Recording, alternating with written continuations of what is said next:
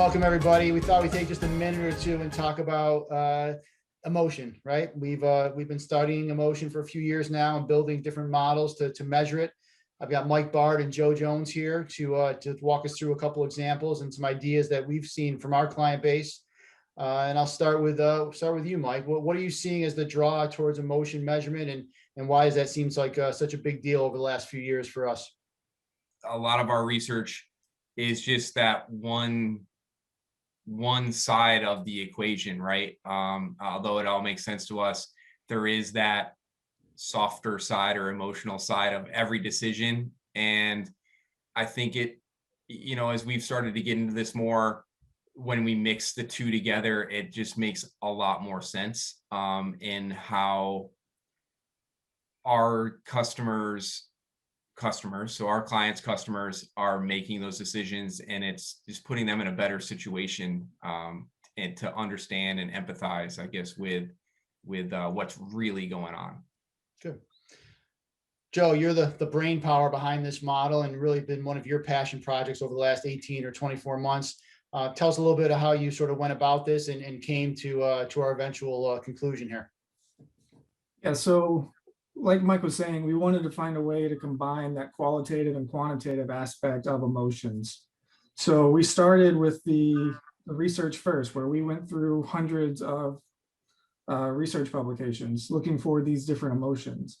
And we ended up finding 204 different emotions that scientists were researching over various decision-making, neuroscience, psychology, psychiatry, everything. And we were able to kind of whittle down a list that was more manageable and something that everybody would be able to understand. And we wanted to keep this thing flexible. So we have a very diverse client set, and we wanted to be able to utilize this across a variety of scenarios. So we're able to look at this from a brand perception, which is actually where all of this started, was how can we get emotions associated with the brand? And then we wanted to look at the customer journey. So the different parts of the buying aspect or buying journey. What are people feeling? How are those different? And that's kind of where we ended up. Great. And we do know that if we can dial in and help our clients dial in on these emotions, that can serve them particularly well. How are you seeing some of these clients apply this model, Joe, into their different needs, and where are you seeing more requests for this emotional measurement? Brand perception is definitely where we see it the most. So how are people feeling about your brand?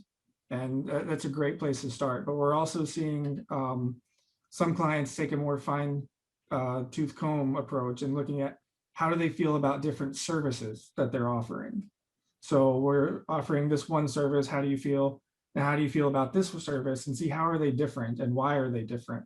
And ultimately, because all of these emotions are tied to decision-making processes, we can figure out a way of like, okay, if they're feeling this is probably what's going to happen.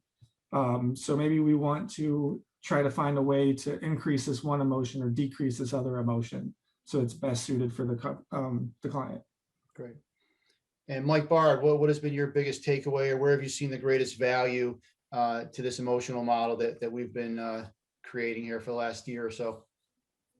So we're just, I've got one project under my belt with this, and it's been interesting. We're using it in a different way, I guess, looking at content that consumers are taking in. So video content they're taking in it, and the emotions that they're feeling through the type of content, the way they're getting that content, who's providing that content, if the content was suggested to them, did they have to search for that content, in different mannerisms. So very different view on a topic we've done a lot of research on. So we're just getting into the findings now on it. So we're pretty excited to share it with our clients.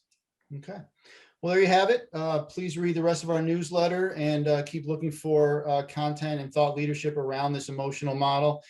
Everyone's not always rational and logical. The emotional lever plays a big role, and we feel good that we found a way to track that now and help our clients capitalize on that emotional appeal.